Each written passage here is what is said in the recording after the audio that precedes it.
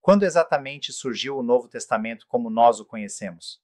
Se você pensa que foi num concílio, com líderes votando em quais livros entravam ou não, você precisa rever sua definição de cânon.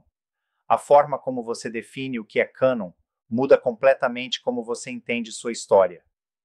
O Dr. Michael Kruger ensina que existem três formas principais de entender o cânon, e compreender essas definições muda tudo. A primeira é a definição exclusiva. Ela entende o cânon como uma lista fixa e fechada de livros, oficialmente reconhecida pela Igreja. Se você adota essa visão, o Novo Testamento só se torna cânon lá pelo quarto ou quinto século, quando essa lista foi formalmente estabelecida. Mas tem um problema aqui.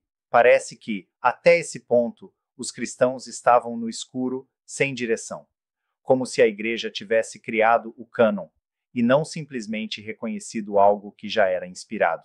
É aí que entra a definição funcional. Ela olha para os livros que já eram usados pela Igreja como escritura, livros lidos, pregados, ensinados, memorizados.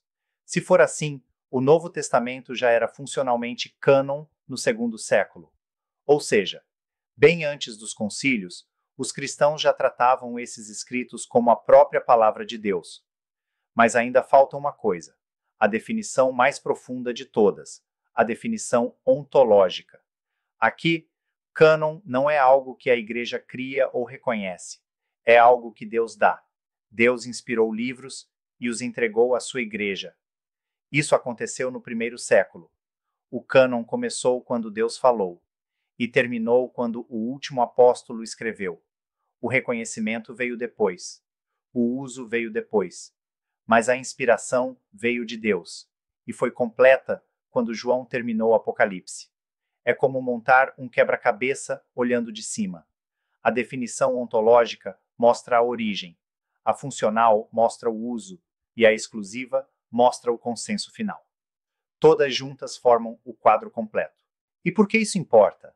Porque se você entende o cânon apenas como uma lista humana, pode achar que ele é só uma construção histórica. Mas se você entende que o cânon é, antes de tudo, um ato de Deus, então sua fé está firmada na rocha, e não em decisões humanas.